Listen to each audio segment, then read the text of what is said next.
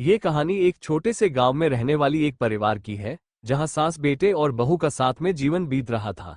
सास का नाम राधा था, बहू का नाम पायल और बेटा अर्जुन।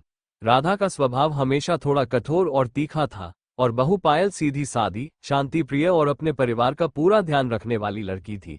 हालांकि पायल हर समय अपनी सास के लिए कुछ न कुछ अच्छा करने की कोशिश करती, लेकिन सास राधा को हमेशा यही लगता कि पायल उनके बेटे के लायक नहीं है। राधा हमेशा चाहती थी कि उनका बेटा अर्जुन एक बहुत आत्मनिर्भर और प्रभावशाली महिला से शादी करे, जो थोड़ी आधुनिक हो और उनका सामाजिक रुतबा ऊंचा कर सके। लेकिन अर्जुन ने अपनी पसंद से पायल से शादी की थी, जो शांत स्वभाव की और पारंपरिक विचारों की लड़की थी।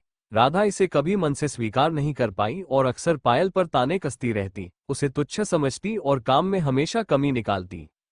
पायल ने कभी इसका विरोध नहीं किया। वो अपने सास ससुर की सेवा करती और चुपचाप हर बात सह लेती। पायल को हमेशा उम्मीद रहती कि शायद एक दिन उसकी सास उसके प्रयासों को देखेगी और उससे प्रेम करने लगेगी, पर राधा का मन पायल के प्रति नर्म होने की बजाय और कठोर होता जा रहा था। दिवाली का पर्व आने वाला था और पायल ने इस बार पूरे घर को सजाने का मन बनाया। उसने हर कोने की सफाई की, रंगोली बनाई और नए कपड़े खरीदे।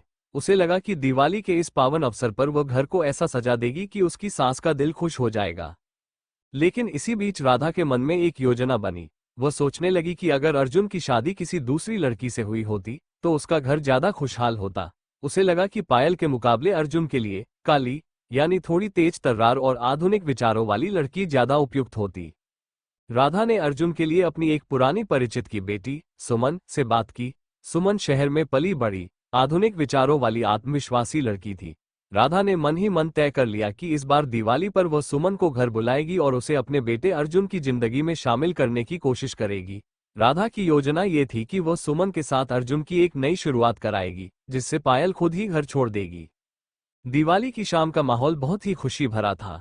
पायल ने पूरे घर को दीपों से सजा दिया था, मिठाइयां तैयार की थी और हर जगह खुशहाली बिखेरने की कोशिश की थी। लेकिन इस बार उसकी सास के मन में एक और ही सोच थी। शाम को अचानक दरवाजे पर दस्तक हुई। पायल ने दरवाजा खोला तो सामने सुमन खड़ी थी। पायल को लगा कि यह कोई रिश्तेदार है, लेकिन जैसे ही राधा ने सुमन को अपने पास बुलाया और बहुत आदर सम्मान से घर के अंदर ले आई, पायल को थोड़ा अजीब लगा। राधा ने पायल को बिना कुछ बताए सुमन को बैठाया और उसके साथ बातचीत करने लगी। कुछ देर बाद राधा ने अपने बेटे अर्जुन को बुलाया और सुमन से मिलवाया। अर्जुन को भी थोड़ा अजीब लगा, लेकिन उसने मां की इच्छा का सम्मान करते हुए सुमन से बातचीत की। सुमन अपने आत्मविश्वास और तेज तर्रार स्वभाव के कारण सभी को प्रभावित कर रही थी।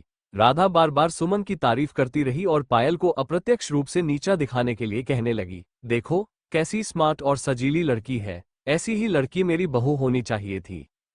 पायल को राधा की बातें सुनकर बहुत दुख हुआ। उसे पहली बार यह एहसास हुआ कि उसकी सास सच में उसे इस घर में नहीं चाहती। उसका मन टूट गया, लेकिन उसने फिर भी शांति बनाए रखी और सबके लिए मिठाइयां परोसने लगी। पायल का मन कर रहा था कि वह राधा से पूछे कि क्या उसने कुछ कमी रखी है, लेकिन वह जानती थी कि सास का दिल जीतना आसान नहीं है। उसने हर बार यही सोचा था कि सास के मन में उसके प्रति थोड़ी भी भावना जागेगी, लेकिन अब उसे समझ आने लगा कि राधा उसे स्वीकार नहीं करना चाहती। अर्जुन ने अपनी मां के इरादों को भांप लिया था।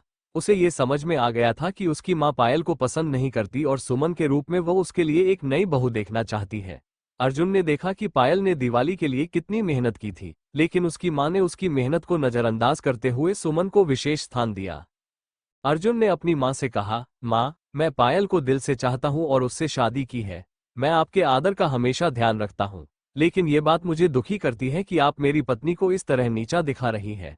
मुझे पायल के रूप में जीवन साथी मिल चुका है और मैं अपनी पत्नी के साथ ही खुश हूं। अर्जुन की बातें सुनकर राधा को गहरा झटका लगा। उसने ये कभी नहीं सोचा था कि उसका बेटा उसके खिलाफ जाकर पायल का समर्थन करेगा, लेकिन सच्चाई ये थी कि अर्जुन ने पायल में वो सादगी और सच्चाई देखी थी जो रिश्तों को मजबूत बनाती है। अर्जुन की बातों से राधा के मन में हलचल मच गई। उसे लगा कि शायद वो सच में अपनी बहू को गलत समझ रही थी। सुमन ने भी महसूस किया कि वह इस परिवार में एक सौतन के रूप में नहीं बल्कि एक मेहमान के रूप में आई थी और उसने राधा को समझाया, आंटी, पायल बहुत ही अच्छे दिल की लड़की है।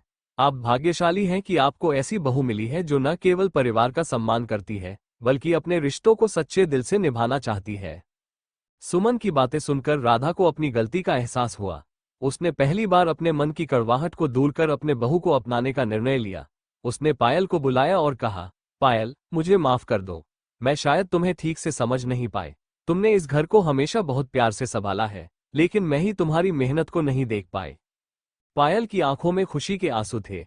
उसने अपनी सास को गले लगाया और कहा, माँ, मैं हमेशा यही चाहती थी कि आप मुझे अपनाएं। मुझे खुशी है कि इस दिवाली पर हमारे रिश्ते में भी नई रोशनी आई है। उस रात घर में न केवल दियों की जगमगाहट थी, बल्कि सास बहू के रिश्ते में भी एक नई रोशनी आ गई थी। राधा ने पायल को दिल से अपनाया और परिवार में खुशी का माहौल बना। दिवाली का ये पर्व सबके लिए एक नई शुरुआत लेकर आया था।